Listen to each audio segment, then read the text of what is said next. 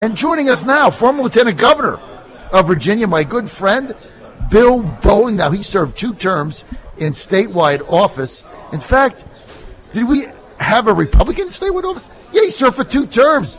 I think you look at now, we don't have any Republicans anywhere in Virginia serving statewide office. He presided over the state Senate as Lieutenant Governor. He also served in the General Assembly and in local government on the Hanover County Board of Supervisors. Now he's a private citizen making a lot more money than he made as Lieutenant Governor. I would hope that was subsistence wage. Lieutenant Governor, great to have you with us, man.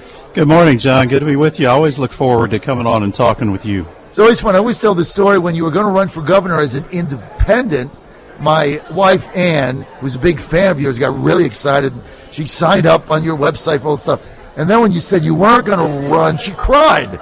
I never made her cry, Bill. Well, my wife celebrated, so I guess we're opposite ends of that perspective. Exact opposite. Now, we're broadcasting today from the Virginia Hospital and Healthcare Association's annual meeting. We're in beautiful Hot Springs in the fall. Great place to be.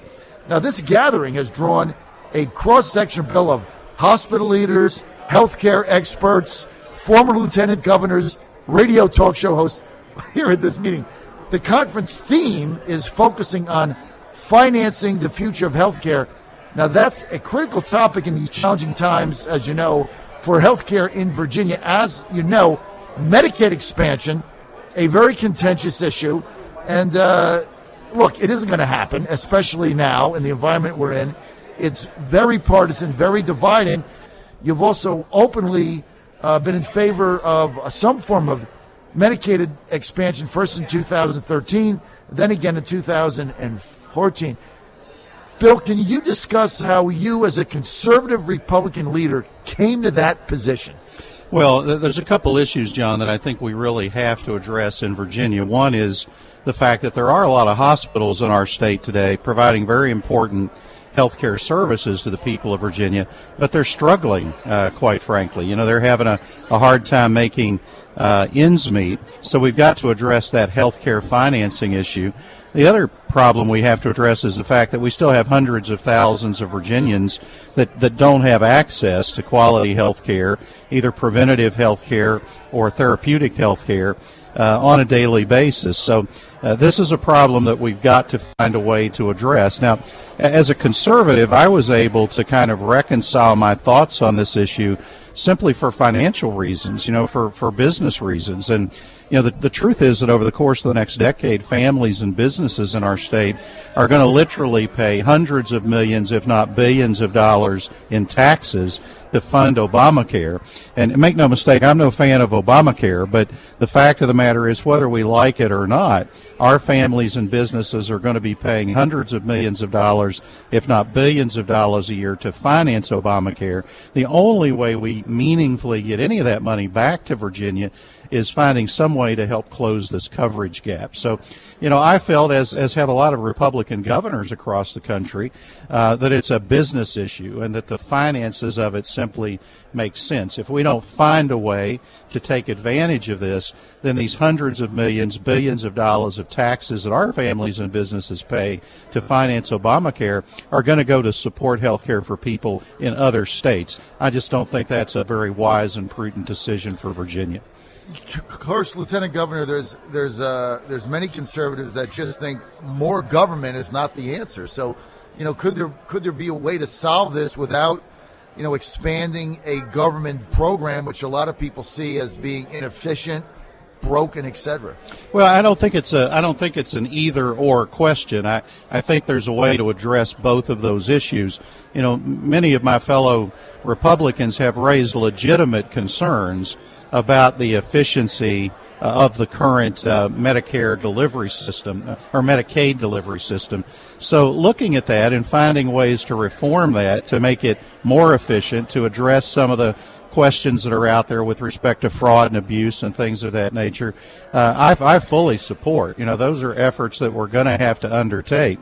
But I don't think we have to undertake those efforts at the exclusion of finding a way to take advantage of these hundreds of millions, if not billions of dollars in taxes and fees that our families and businesses are going to pay to finance Obamacare. And, sometimes I think you have to be a little bit pragmatic in the way you approach these things. The fact of the matter is, at least in the short term, Obamacare is not going to go away. We got to find a way to make it work for Virginia. And a lot of Republican governors, conservative Republican governors across the country, most recently, for example, Mike Pence in Indiana, they've found ways to make it work for their state without violating some of the core principles that they hold. And I think clear-thinking people in Virginia ought to be able to find that same balance. Now, look, Mr. Lieutenant Governor, most people agree, whether you're for Medicaid expansion or not, or for some help for hospitals or not, most people agree that hospitals are critical. They acknowledge that government mandates and funding cuts, especially in Medicaid, are really threatening hospitals' financial stability. Now, the thing about conservatives is, we sit there on one hand and say, well, we don't want any more government. On the other hand, we say it's all about private business, right? Got to be profitable. Well, the problem is, business-wise, hospitals in rural areas are losing money, right? Well, and that's They're the not ultimate, sustainable. And that's the ultimate concern. And sometimes I think people don't fully appreciate the fact that there are a lot of hospitals, particularly small hospitals in rural parts of Virginia, that oftentimes teeter on the edge of whether they're going to make it or not. And anything that helps make them more vital and stable to continue to provide quality health care to people on a local level is important. And the changes that have taken place in the last decade in health care have been truly mind-boggling. And unfortunately, they're probably going to pale in comparison to the changes that take place over the next decade. So if we don't find a way to help support some of these particularly small rural hospitals, but also some of the other hospitals who may have some profitable areas within their operation, but also a lot of non-profitable areas, if we don't find a way to help support that, then I think the risk we run is that we no longer have those quality health care services available on a local level. Small hospitals like right here in Homestead, Bath County Community Hospital. These are hospitals and hospitals like them all across the state that we've got to find a way to help with some of the reimbursements that they're getting. They're incredibly low right now. We got to find a way to help make sure that they remain vital. What's the political future for Bill Bolling? Well, I'm very happy doing what I'm doing. There's life after politics. And when my term as lieutenant governor ended, I insurance brokerage operation in Richmond, and I took over management of that operation and having a lot of fun doing that. We're having a lot of success, and right now the private sector to me seems to have a lot more to offer than getting back into to elected office. But look, I very passionately believe in public service. There are a lot of ways that you can serve and help make your community, your state better. You can do that in a lot of ways other than holding elected political office. And I'm doing a lot of that right now. I'm serving on the Board of Visitors at James Madison University. I love that. I'm on the board of the Virginia Department of Game and Inland Fisheries. I'm an avid fly fisherman, so I've really enjoyed that. I just wrapped up 2 years co-chairing the Governor's Commission on Ethics, Reform, and Efficiency in State Government. I'm serving on a number of other, chairing the Virginia Chamber of Commerce Private Industry Council on Business Climate and Economic Development. I'm co-chairing, along with former Governor Jerry Balaus, the Rural Horseshoe Initiative that tries to boost educational attainment in rural parts of the state. So there's a lot of ways that you can serve without doing it in elected public office. Well, you're certainly on your way to that. And, Mr. Lieutenant Governor, as you know, I have a lot of candidates on my show and elected officials, kind of what we do. And I asked everyone on this cycle who's come on my show, elected or candidate, about this issue that we're talking about today. And I got a little frustrated, Mr. Lieutenant Governor, because the answers were so predictable. Every Democrat I had on, they wanted to expand Medicaid. Every Republican, they oppose it. And I just find it to be troubling because opposing Obamacare on principle is understandable. I think it's been a disaster for the United States. But it makes no sense to me that we can't find a way to help these hospitals that are suffering because it's really causing harm to these areas of rural Virginia where these hospitals are shutting down or cutting services. At some point, shouldn't we expect elected officials to get together and solve this problem in a way that makes sense for everybody? Well, clearly the answer to that is yes, but unfortunately, the reality in which we live today in politics and government is that there are a lot of people more interested in making points and picking fights than they are in actually solving problems and getting things done. And I've always felt, John, the political process exists. For example, the Republican Party exists for the sole purpose of electing candidates to public office so that they then earn the right to lead. And, we hope lead conservatively, but lead effectively and lead responsibly. And leading effectively, leading responsibly really does mean finding solutions to these important challenges facing Virginia. When I was Lieutenant Governor, I talked a lot about building a better Virginia. It does sometimes require that you find compromises on issues. I know in politics today that's viewed as a four-letter word that we don't want to talk about, but compromise is the essence of a working democracy. You can find ways to compromise on complex issues without violating core principles. That's what makes government work. And, I do believe one of the greatest challenges of our day is finding a way to make government work again in a responsive way, hopefully in a conservative way, because the truth is right now in Washington, government isn't working. Too often in Richmond, government isn't working. And it's not working because people have forgot the fundamental principle that you can be conservative without being anti-government.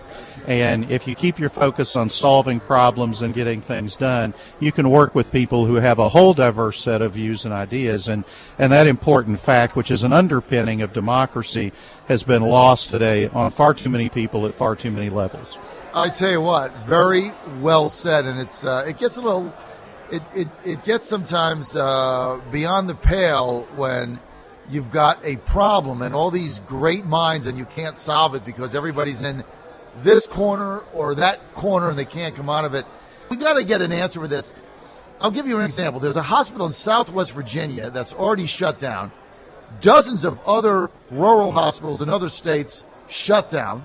Hospitals are major employers, economic contributors to the economy.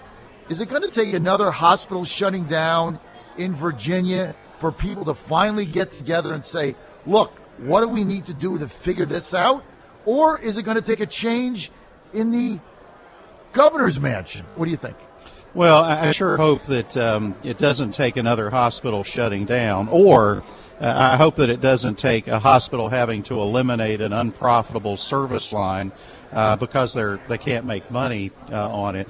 These are healthcare issues because when a hospital shuts down or a hospital eliminates a service line, a delivery line that they provide to citizens, it affects the quality of healthcare that people have on the local level.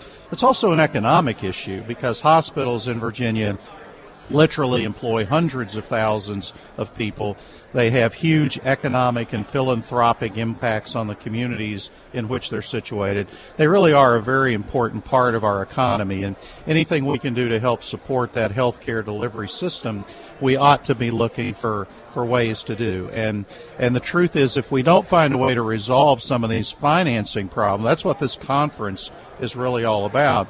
If we don't find a way to solve these financing problems for healthcare in Virginia, it's going to become harder and harder for some of these facilities to continue to operate and provide quality services to people on the local level. So, I'm an optimist, and I continue to think that clear-thinking people can find a way to solve problems and get things done. And, I don't give up on anything. I still think there's a way to make this work, and I hope that our leaders, I see the Secretary of Health and Human Resources, Bill Hazel, walking down the hall here in front of us. I hope they'll continue working hard to try to find that compromise, that middle ground to solve this problem. Well, we've got to do that. I've got to read you one text from one of our listeners.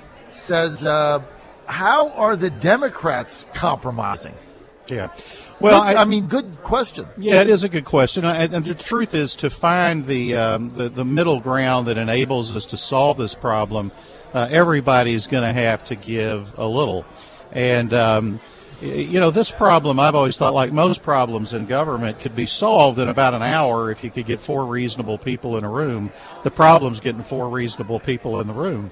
But I think what needs to happen here is the governor and legislative leaders and industry leaders really need to sit down and try to figure out a way to make this work.